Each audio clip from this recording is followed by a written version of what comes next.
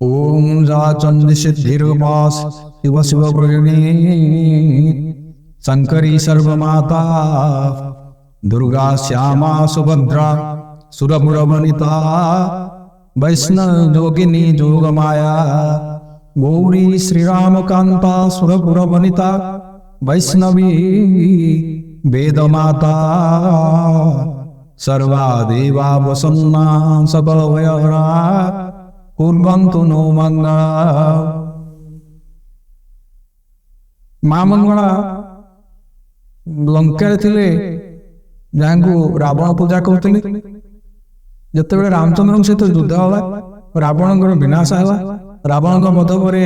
जिते प्रत्यावर्तन करने जाऊँ श्रीराम से माँ मंगला अनुरोध कर मत सांगरे नहीं जाऊँ माँ मंगला को नहीं आसे रामचंद्र काकटपुर माँ मंगला प्रतिष्ठित है। आउ गोटे किंवदंती अनुसार जिते कला पहाड़ उत्पाद करशा देवदेवी मैंने भय लुचिले से माँ मंगला लुचि प्राचीन नदीर अथड़ जल से अथड़ जल बेले बड़े साधव बोईत नहीं आसुले बोईत सेठार अटकी गला एवं स्वप्नादेश है साधव को आसंता काली तुम मत उद्धार कर तो स्थानीय लोक मानक डाकी साधव से जल राशि उद्धार कले माँ प्रकटित है काकटपुरी आराधिता होन्य एक पौराणिक विवरण अनुसार जिते दुर्गा माँ सहित महिषासुर युद्ध होता से महिषासुर सहित प्रबल युद्ध में महिषासुर अजय थिला माँ ताकू बध कर पार माँ विषन्ना थे से अंतस्थल आविर्भूत है माँ सर्वमंगला। माँ मंगला कहले माँ दुर्गा माँ को कहीदे सूचाईदे जे ब्रह्मा बरे महिषासुर बलिया तेणु आपणकर जानू जो दर्शन न करा पर्यंत से मरब ना कारण तार अव्यवहित 3 दिन पूर्व 3 दिन रूप से दर्शन पाई बर प्राप्त आपू भद्रकाली रूप सरस्वती रूप अन्य एक देवी रूप तेणु आपण वस्त्र विमुक्ता हूँ जिते से माँ सौम्य रूप मोहिनी रूप दर्शन कर बलहीन होती महिषासुर को बध कर माँ दुर्गा से माँ दुर्गा बर देते माँ मंगला मोर आदेश आपको समग्र जगत में सर्वमंगला बोली समस्त भक्त मैंने डाके सर्वमंगला जयंती मंगला कारी भद्रकाली कपालिनी शिवे दुर्गे क्षमे धात्री स्वाहे स्वधे नमोस्तुते उमा कत्यायनी गौरी काली हैमवतीश्वरा शिवा भवानी रुद्राणी सर्वाणी सर्वमंगला अपर्णा पार्वती दुर्गा मृणानी चंडिकांबिका आर्या दाक्षायणी चैव गिरिजानन कार्कमला जो आप देखिए तप निर्यातना देते साधुवाणी मैंने जो आम पुरी जाऊँगी जो शंखनारी मंडल रक्षा कर्त्री होती माँ सर्वमंगला अजामान चान जीवा चौकान देखा बाटोरे बाट मंगला देखा ओठो माँ बाट मंगला रूप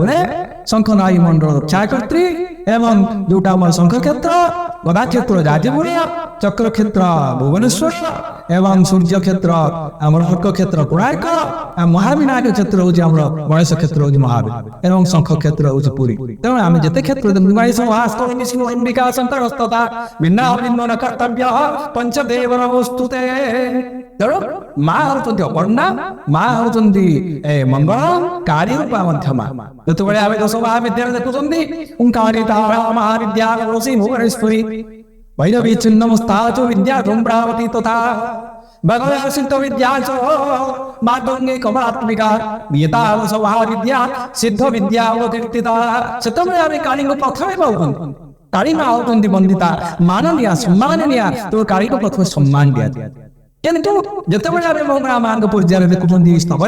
जयंती मंगला कारी मध्यकारी कपालिनी मंगला से माँ मंगला से होती मध्यकारी କପାଳିନୀ ସୁଦେବୀ ଶ୍ରୀରେ। ତେଣୁ ଆମେ ତାଙ୍କୁ ସମ୍ବୋଧନ କରୁଛନ୍ତି ମାକୁ ବିଭିନ୍ନ ରୂପରେ ବିଭିନ୍ନ ପର୍ଯ୍ୟାୟରେ ଆମେ ସମ୍ବୋଧନ କରୁଛନ୍ତି। ତେଣୁ ଏ ମା ମଙ୍ଗଳ କାହିଁକି ମା ପୂଜିତା ମଙ୍ଗଳ ପ୍ରତି କଣ ଏଠି ପୁରସ୍କାର ମିଟିଂ ହଉଛି ମଙ୍ଗଳା ମା କହିବା ମଙ୍ଗଲ ରାଗି ମଙ୍ଗଳା ମଙ୍ଗ ନାବର ମଙ୍ଗ ଯେତେବେଳେ ସାଧ ପୁଅ ମାନେ ଭୂତ କହେ ବାଇଚ କରିବାକୁ ଯାଉଥିଲେ ବିଭିନ୍ନ ଦ୍ୱୀପକୁ ସେତେବେଳେ ସେଇ ମଙ୍ଗଳା ମା ସେଇ ନାବର ମଙ୍ଗରେ ମା ଅଧିଷ୍ଠାନ ଦେବୀ ସେ ନାବକୁ ରକ୍ଷା କରୁଥିଲେ। ତେଣୁ ଆମେ ଚିନ୍ତା କରିବା ଯେ ମା ମଙ୍ଗଳା ଯେ ଆମର ସେଇଭଳି ମଙ୍ଗକୁ ଯିଏ ରକ୍ଷା କରୁଛନ୍ତି ନାବର ମଙ୍ଗକୁ ସିଏ ହଉଛନ୍ତି ମଙ୍ଗଳା ମା। ସେଥିପାଇଁ କୁହାଯାଏ ଧର୍ମ ଧର୍ମ ଡଙ୍ଗା। ତେଣୁ ଧର୍ମ ନାମରେ ମା ମଙ୍ଗଳା ସବୁବେଳେ ଅଧିଷ୍ଠିତ। ଯୋଉଠି ଧର୍ମ ଅଛି ସେଇଠି ମା ମଙ୍ଗଳା ଅଛି। ପ୍ରକୃତିର ଗୋଟେ ନିୟମ ଅଛି